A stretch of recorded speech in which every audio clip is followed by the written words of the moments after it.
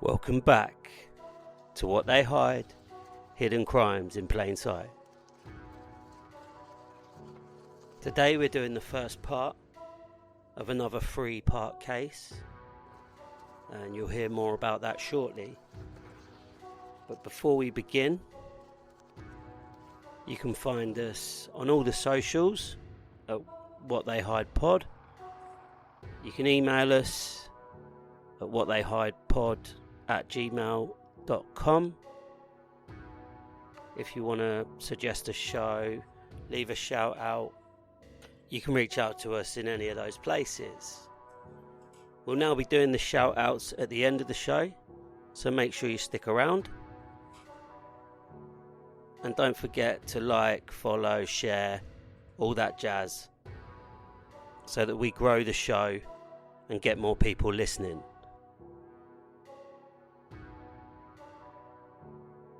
Alright, let's crack on with the show. This episode contains discussions of violence, abuse, and crimes against children. Please take care whilst listening. Listener discretion is strongly advised.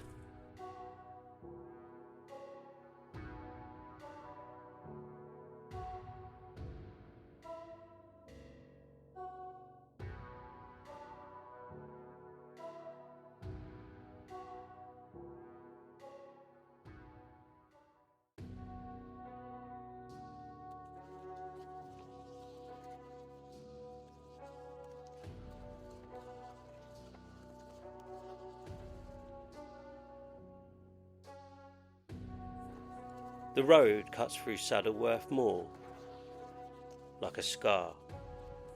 It stretches for miles, winding across uneven ground and dark peat soil.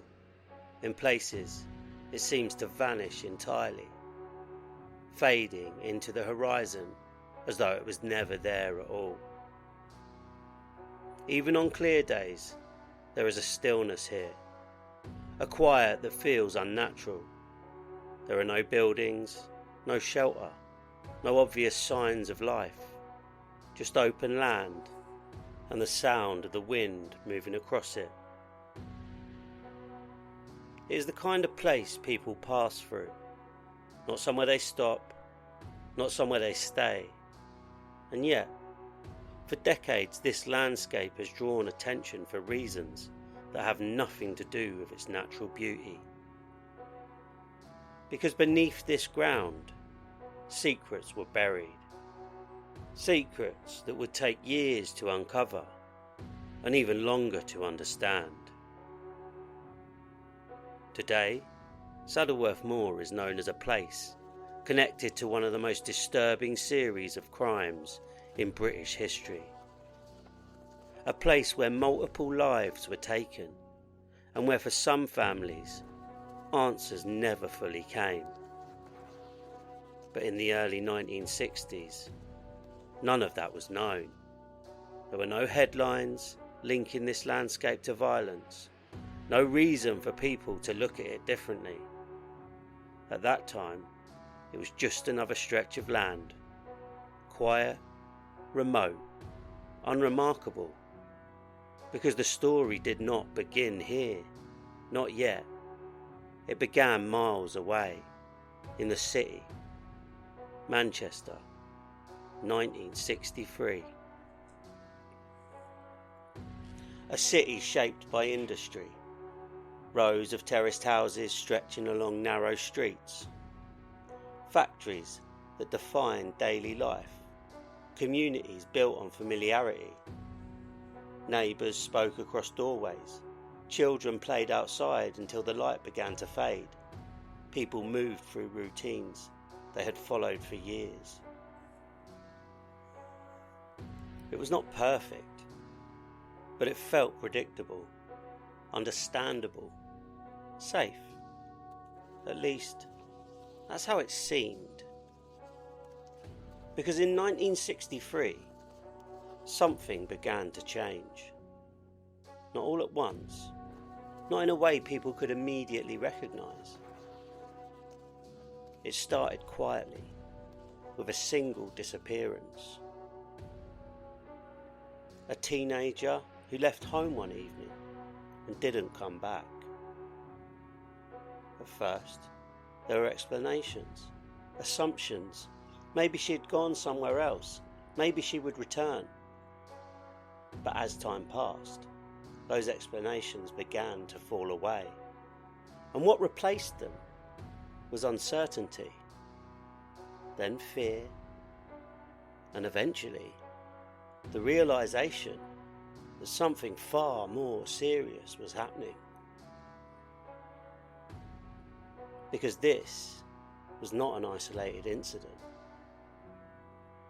It was the beginning of something that would unfold slowly, something that would remain hidden for longer than anyone could have imagined.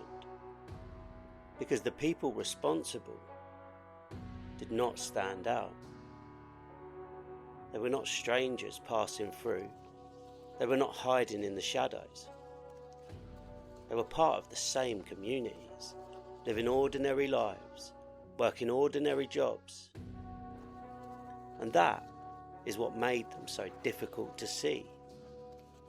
Because sometimes the most dangerous people are the ones who appear the most ordinary. This is what they hide. And this is the first part of a 3-part series about the Moors murders.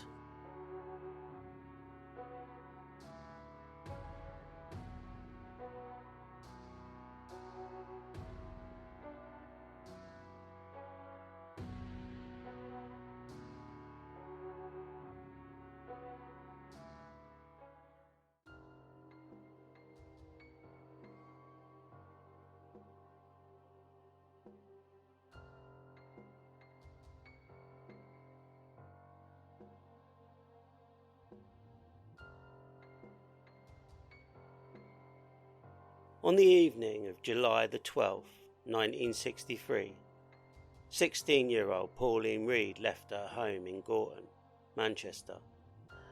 She told her parents she was going to a dance. It was a simple plan, one that required no concern. Pauline was described as sensible, reliable, independent in the way many teenagers were becoming at that time. She had routines, expectations, a life that followed a familiar pattern. When she left home that evening, nothing seemed unusual. There was no indication that anything was wrong. And that is often how these moments begin. Without warning, without disruption. Time passed, the evening moved on, but Pauline did not arrive at the dance. At first it may not have seemed significant. Plans change, people get delayed, but as the hours passed, that uncertainty began to grow. And eventually, it became something else. Concern, then fear. Her parents contacted police. Search efforts began. Officers spoke to friends, neighbours, anyone who might have seen her. But there were no clear answers, no confirmed sightings after she left home, no evidence of where she had gone. It was as if she had simply disappeared. At the time, there was no immediate assumption of a serious crime. Teenagers sometimes ran away. It was a possibility investigators had to consider. But Pauline did not fit that pattern. There was nothing to suggest she would leave voluntarily, no preparation, no explanation, and as days turned into weeks, hope began to shift. From expectation to uncertainty, from uncertainty to the quiet realization that something was wrong. But there was still no evidence, no clear direction, just absence and unanswered questions.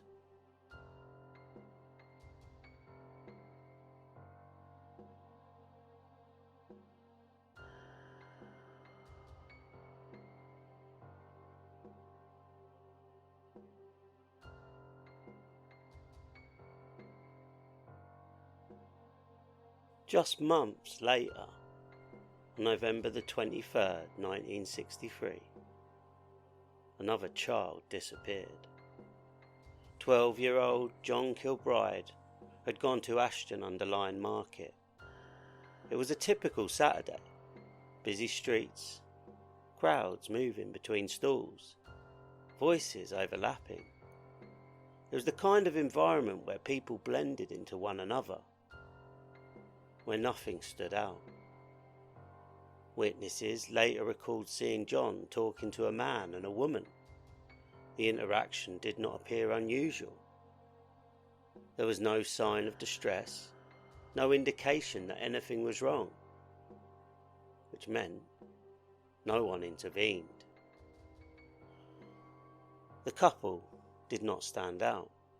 They were not threatening, not memorable, and that made them difficult to identify later. John never returned home. As time passed, concern began to grow. His mother searched for him, asked questions, tried to retrace his steps. Eventually, police became involved. Another investigation, another missing child. This time, there were witnesses, descriptions of the couple, but they were vague, inconsistent, not enough to form a clear lead. 2 children, gone, within months, and still, no connection was firmly established, because sometimes the human mind resists patterns that are too disturbing to accept. It is easier to believe in coincidence, in separate incidents, but this was not coincidence. And although no one could yet prove it, the same 2 people were responsible. And they weren't finished.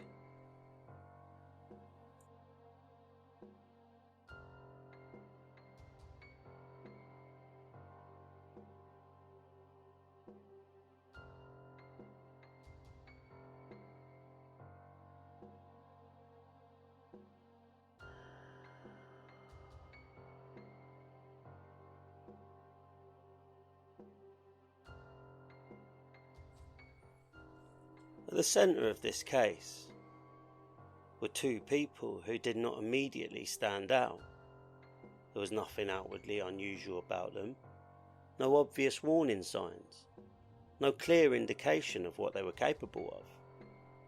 And that is part of what made them so difficult to understand, because to understand what happened, it is necessary to look back to their beginnings. Ian Brady was born in 1938. His early life was marked by instability. He was raised by foster parents in Glasgow, believing for much of his childhood that they were his biological family. The truth of his parentage was complicated. His mother was present but distant. His father was absent. There were inconsistencies in his upbringing, moments where things did not quite align, and over time, those inconsistencies became something more, a sense of detachment. Those who knew Brady as a child described him as quiet, withdrawn, not disruptive in an obvious way, but separate. He did not easily connect with others, and as he grew older, that separation became more pronounced.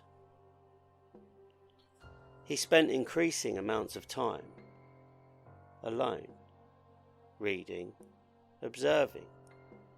His interests began to focus on darker subjects, crime, violence, not just in a casual sense, but with intensity.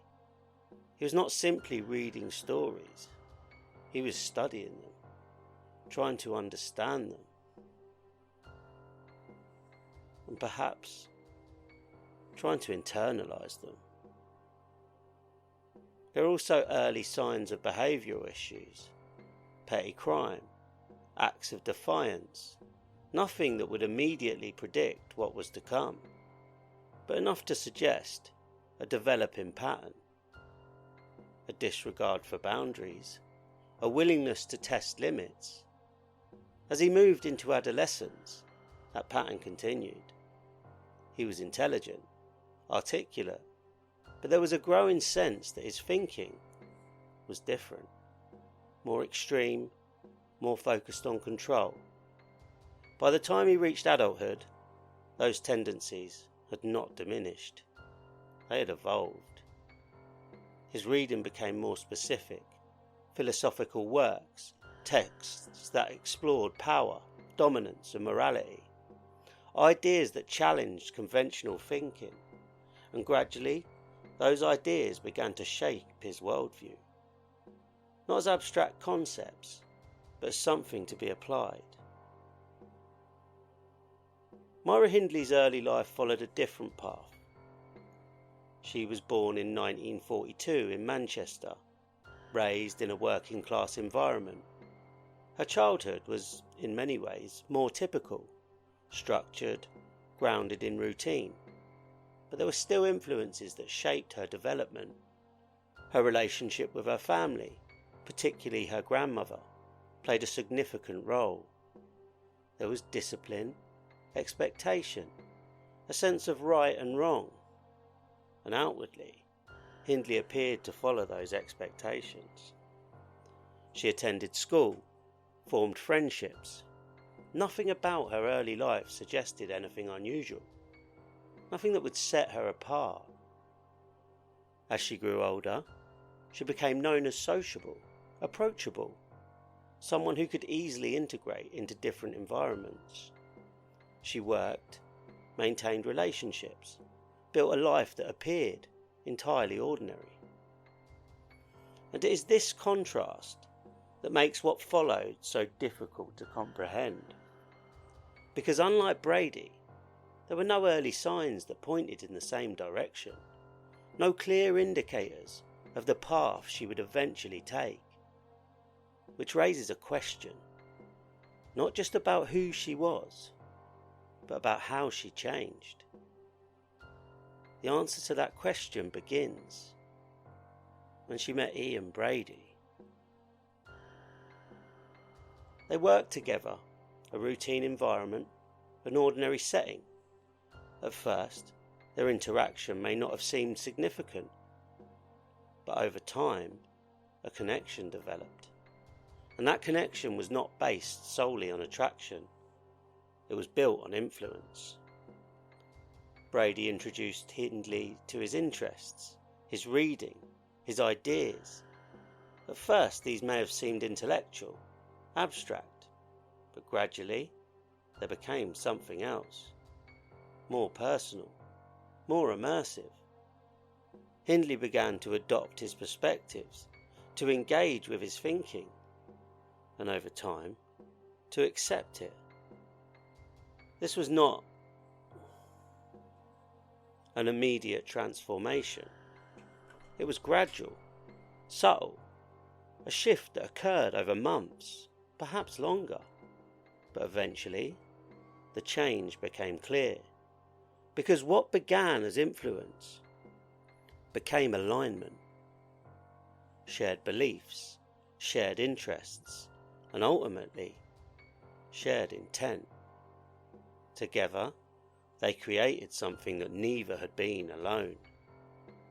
A dynamic built on reinforcement, an escalation on the removal of boundaries.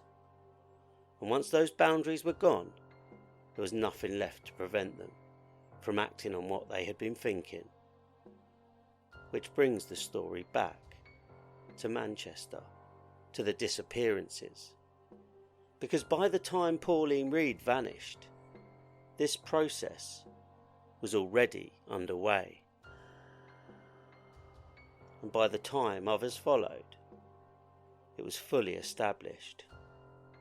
What appeared on the surface as two ordinary people was something else entirely, something far more dangerous and far more deliberate than anyone could have ever imagined.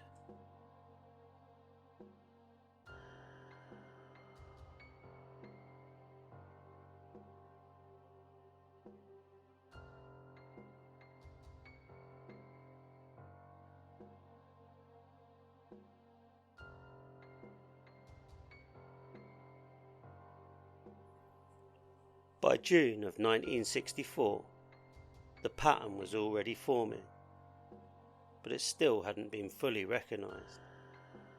There had been disappearances, unanswered questions, but no clear connection, no single explanation that brought everything together.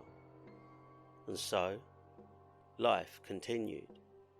On the surface, everything remained the same, until June the 16th, 1964.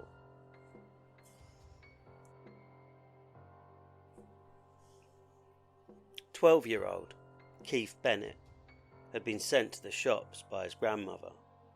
It was a simple task, routine. He was asked to buy bread, a short walk, a familiar journey, one that did not require supervision, one that had likely been made many times before. There was no reason to think this time would be any different. Keith left the house as expected. There was no hesitation, no indication that anything was wrong. He stepped out into a day that felt like any other, and for his family, there was no reason to think they would not see him again. Time passed. At first, nothing seemed unusual. A delay could be explained. Perhaps he had stopped to talk to someone, taken a little longer than expected. But as the minutes turned into hours, that explanation began to lose its comfort. Concern began to build.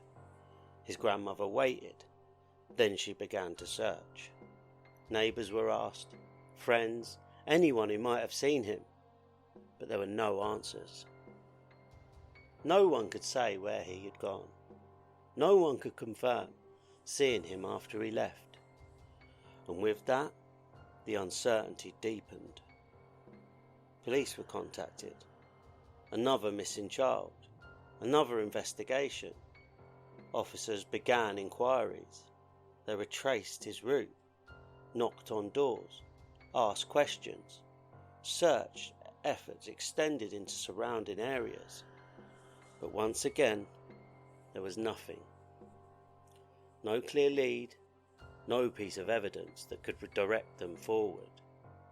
It was as if he had disappeared, without leaving anything behind. For his family, the experience was not defined by a single moment, but by a series of moments.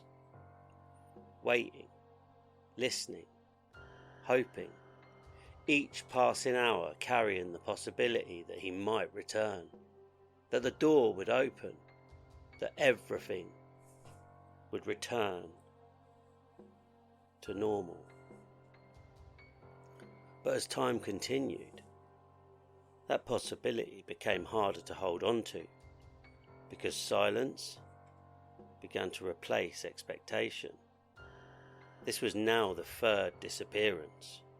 3 children gone within less than a year, and still no arrests, no confirmed suspects, no explanation.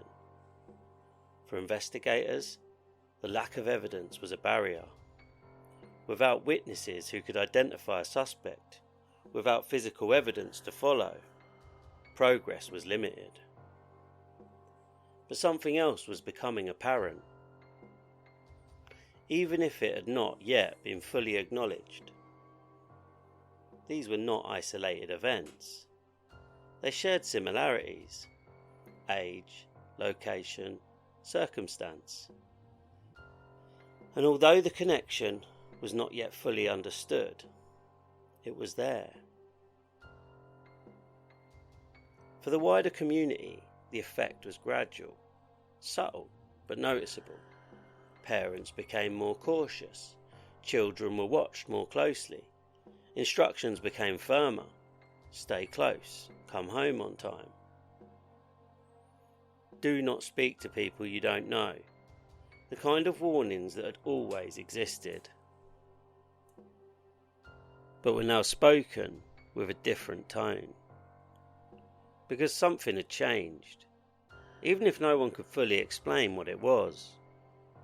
And yet, despite all of this, the people responsible remained hidden, unseen and unidentified, continuing their lives as though nothing had happened, moving through the same streets, the same communities, blending into the same environment as everyone else. Which meant that even as fear began to grow, the danger was still present, still active, and still unrecognised.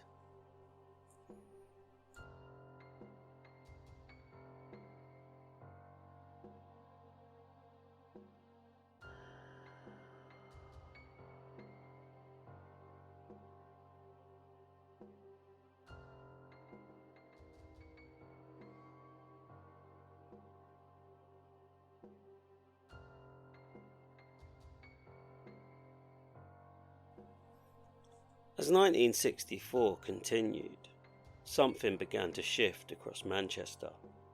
Not suddenly, not in a way that could be clearly defined. There was no single moment people could point to and say, that is when everything changed.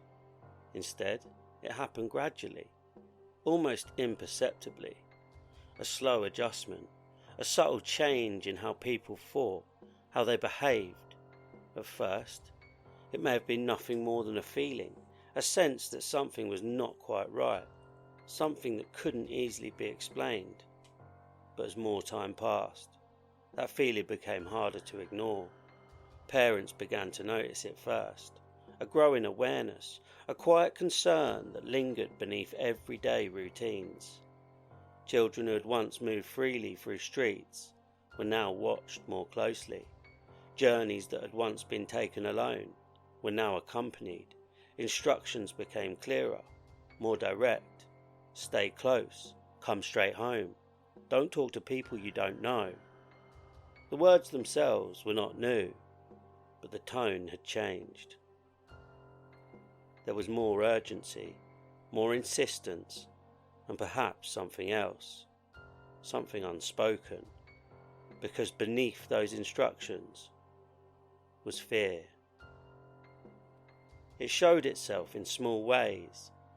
Curtains closing earlier in the evening, parents standing at doorways, watching, waiting, children being called inside sooner than before, conversations held in quieter voices, discussions that stopped when others entered the room, because no one had clear answers, only questions. Neighbours spoke to each other, across fences, across doorsteps, trying to piece together what was happening, trying to make sense of the disappearances.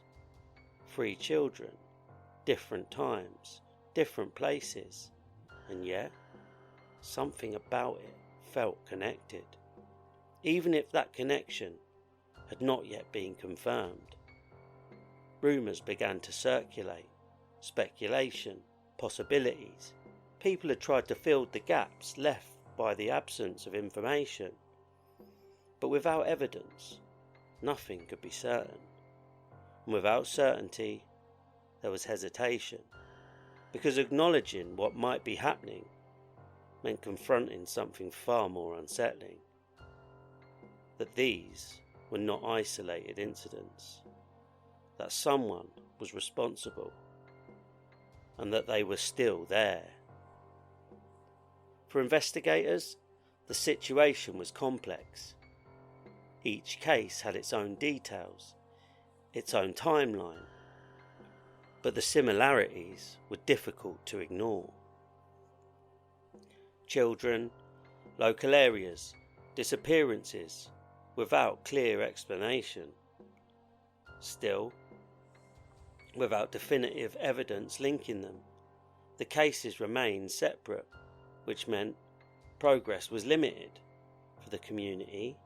That lack of resolution created something else, a tension that lingered beneath everyday life, something that could not be fully expressed, but could be felt, in the way people looked at one another, in the way they hesitated, in the way they listened more carefully to what was happening around them. Because even without answers, people understood something, that whatever was happening has not ended, that it was ongoing, unresolved, and that meant it could happen again. And yet, despite all of this, there was still no clear image of who was responsible, no identifiable threat, no one to avoid, which made the situation even more difficult to confront, because the danger was undefined, unseen, and moving quietly within the same spaces as everyone else. People continued with their lives. They had to. Work continued. Schools remained open. Daily routines persisted. But beneath those routines, something had shifted. Something that would not return to how it had been before. Because once that sense of safety is questioned, it does not easily come back. And in Manchester, by the end of 1964, that question was still waiting for an answer.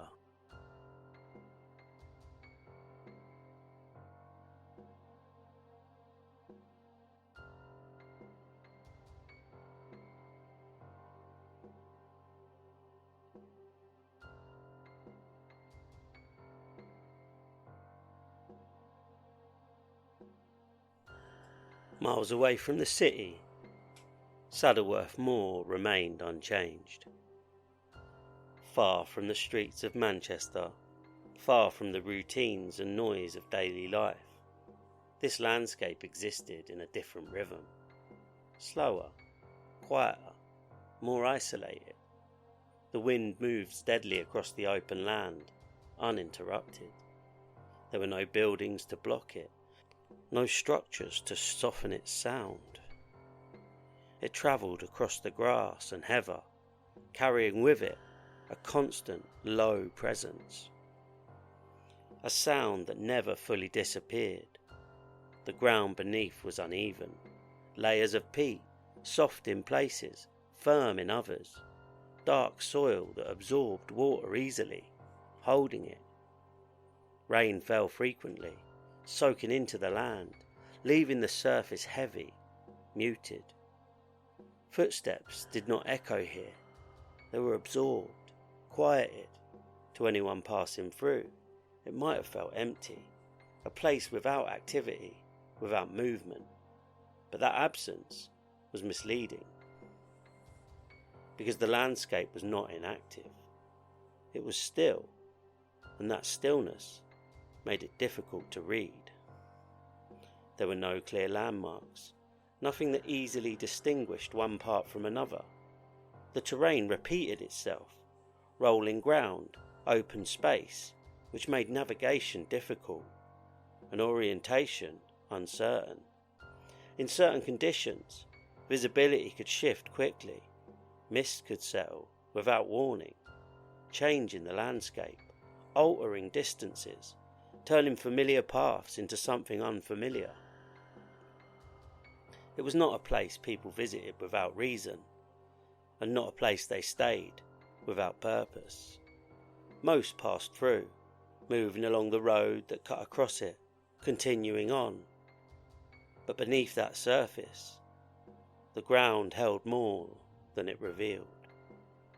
It absorbed what was placed within it, concealed it, preserved it. At this point in time, no one was searching here. There were no organised efforts, no reason to focus attention on this landscape, because there was no clear link, no evidence directing investigators toward it, and so it remained outside the investigation, unexamined, unquestioned, silent. The wind continued to move across it. The rain continued to fall. The ground continued to hold what had been placed there, without disturbance. And because of that, the truth remained hidden. Not because it was impossible to find, but because no one yet knew where to look. And until that changed, Saddleworth Moor would remain what it appeared to be: an empty landscape, a quiet stretch of land, unremarkable and undisturbed.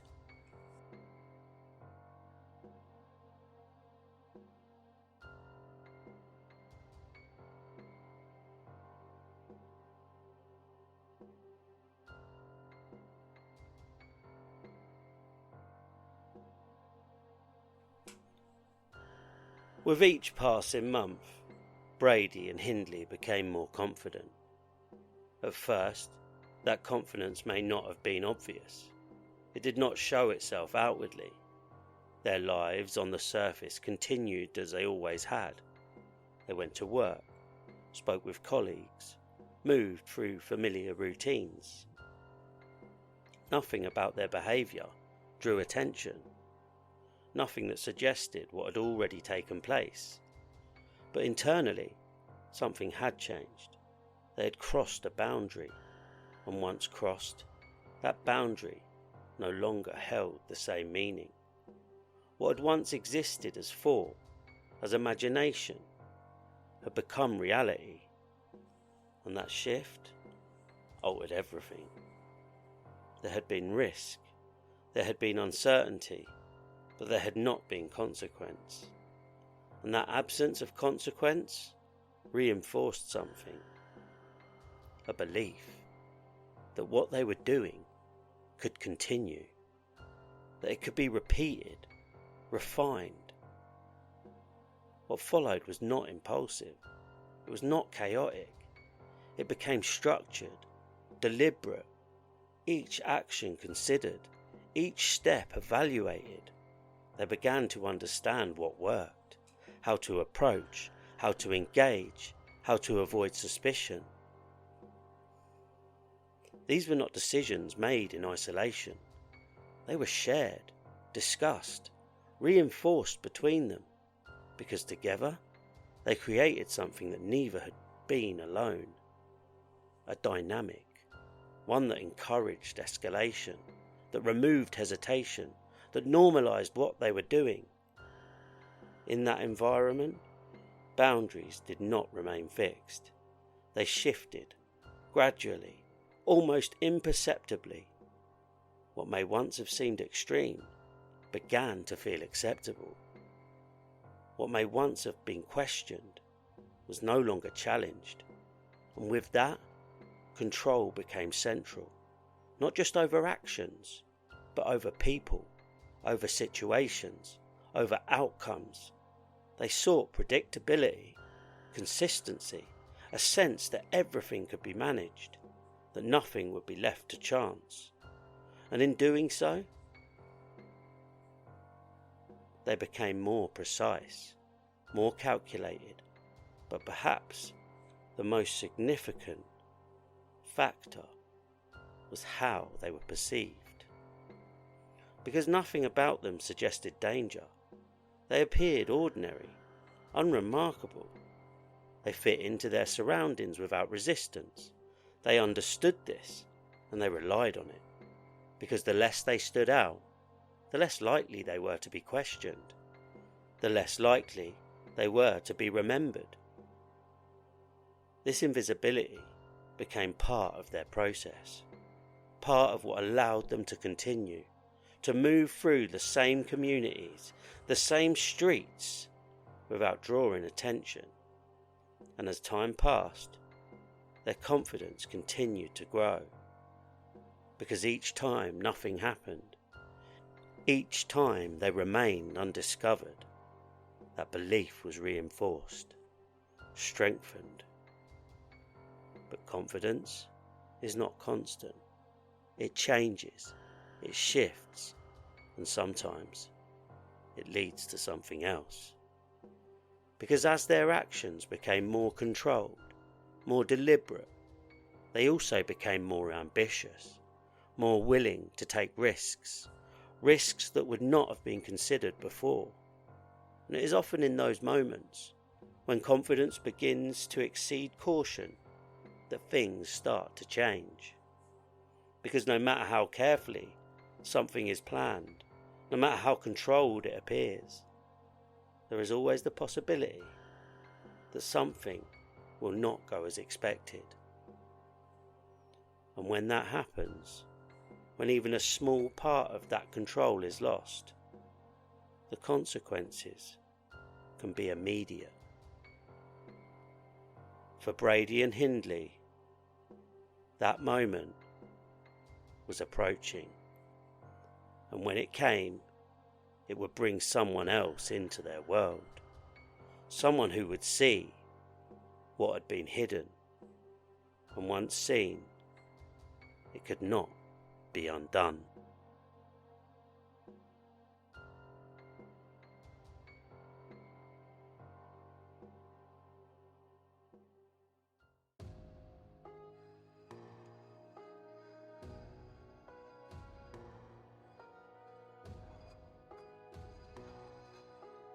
There were no headlines naming those responsible, no clear direction for police, only absence and the growing weight of unanswered questions. But that was about to change, because the next event would be different. It would not happen in isolation. It would not go unseen. And for the first time, there would be a witness. Someone who would step inside their world and come face to face with the reality of what they had done. In the next episode, control becomes escalation and the truth begins to surface. Because sometimes the most carefully hidden crimes are uncovered by the smallest shift in circumstance. And when that happens, everything changes. Thank you for listening.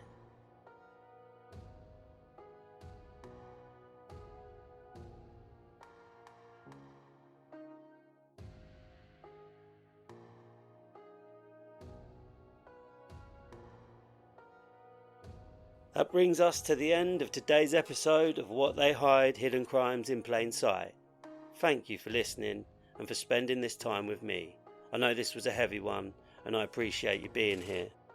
Before we go, a few shout outs. A big thank you to Jess in Manchester, Liam from Glasgow and Chloe in Bristol for your messages and support of the show. And shout out to True Crime Tasha on Instagram for sharing the podcast. It really does help more people find us. If you'd like to be featured in a future episode, make sure you're following on socials and get in contact with the show. I'd love to hear from you. Take care of yourselves, and I'll see you in part 2.